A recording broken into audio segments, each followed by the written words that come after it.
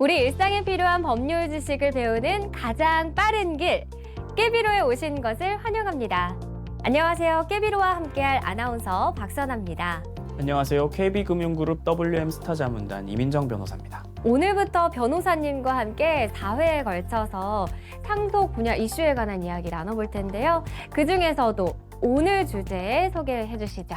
오늘 주제는 한정승인과 상속재산 조회에 관한 내용입니다. 네, 기본적인 내용에 관해서 먼저 알아보고요. 또 구체적으로 어떻게 사례에 적용할 수 있는지 알아보도록 하겠습니다. 먼저 상속이란 개념이 많이 들어는 봤지만 정확하게 어떤 개념인지 알지 못하는 경우가 많은데 알려주실 수 있으실까요?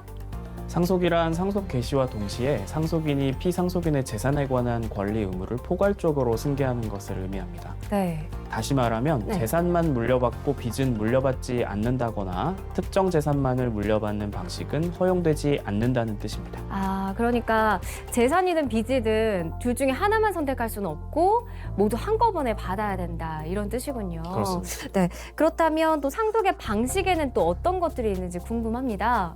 세 가지 방식이 있는데요. 네. 단순 승인, 상속 포기, 한정 승인이 있습니다.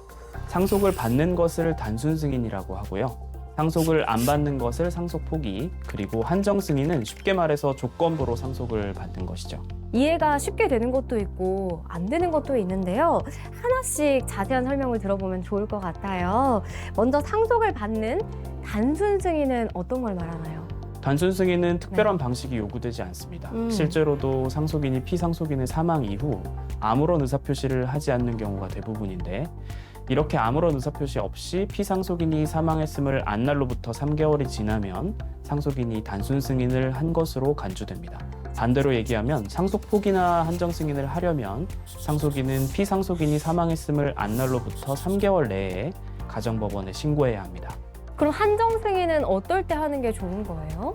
한정 승인은 상속으로 인해서 받을 재산의 한도 내에서만 피상속인의 빚을 갚는 것을 조건으로 상속하는 것인데요. 한정 승인은 후순위 상속권자들이 있고 피상속인이 남긴 재산보다 빚이 더 많을 때 하는 것이 좋겠습니다. 이렇게 개념만 좀 들어보니까 이야기가 조금 어려운 것 같습니다. 네, 더 자세한 이야기 들어보기 위해서 사례에 한번 적용을 해보도록 하겠습니다. 형님이 얼마 전 사망했는데 빚이 많습니다.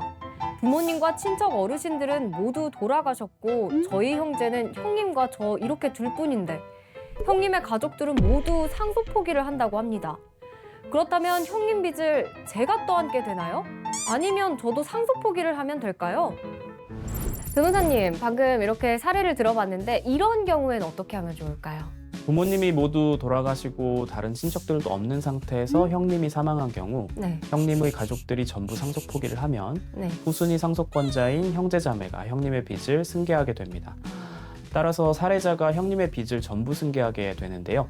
사례자도 상속 포기를 하면 사례자의 자녀들이 형님의 빚을 승계하게 되겠습니다.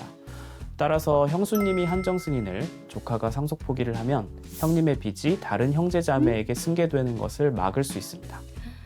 상속 포기를 해도 자녀들한테까지 이렇게 상속이 되는군요. 그렇다면 한정 승인은 형수님과 조카 모두 할 수는 없는 건가요? 둘 다 하는 방식도 가능합니다. 하지만 한정 승인은 피상속인의 재산과 빚을 법원에 소명하고 재산 목록을 첨부하는 등 신고나 향후 대응에 번거로움이 있기 때문에 상속인 한 명만 한정 승인을 하는 방법이 간명할 수 있습니다. 상속의 세계 어렵습니다. 상속을 받으면 또 상속세도 내게 되어 있잖아요.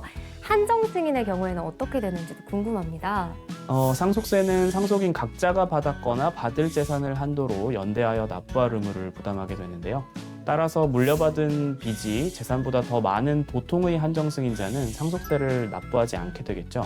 하지만 사전 증여 재산이 있다거나 상속 개시일 전 일정 기간 동안 용처가 불분명한 재산, 즉 추정 상속 재산이 있는 경우에는 달리 판단될 수도 있겠습니다.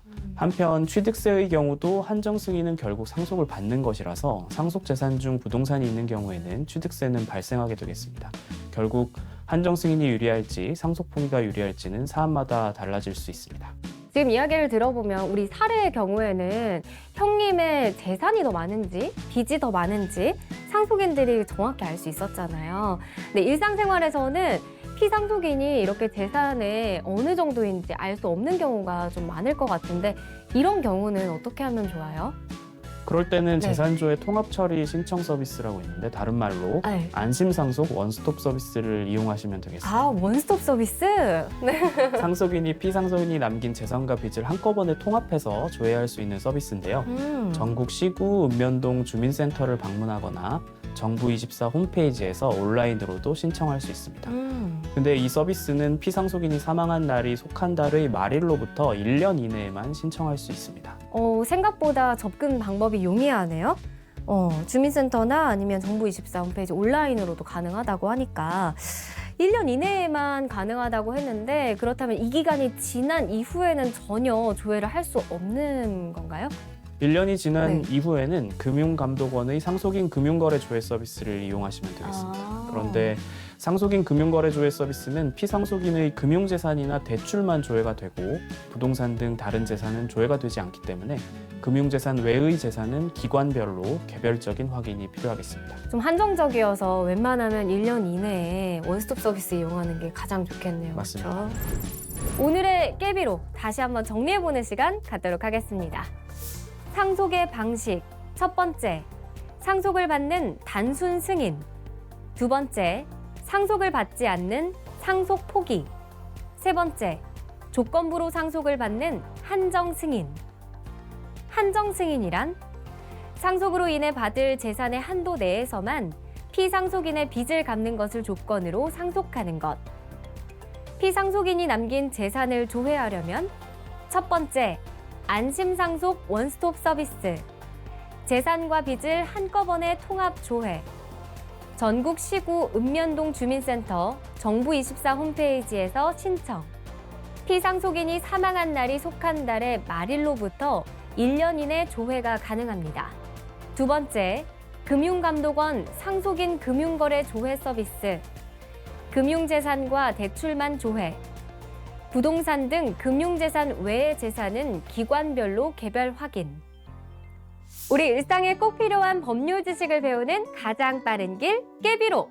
오늘은 KB금융그룹 WM스타 자문단 이민정 변호사님과 함께 상속의 방식 중 한정 승인과 상속 재산을 조회하는 방법에 관해서 알아봤습니다. 이어지는 다음 시간도 기대 많이 해주세요. 시청해주셔서 감사합니다.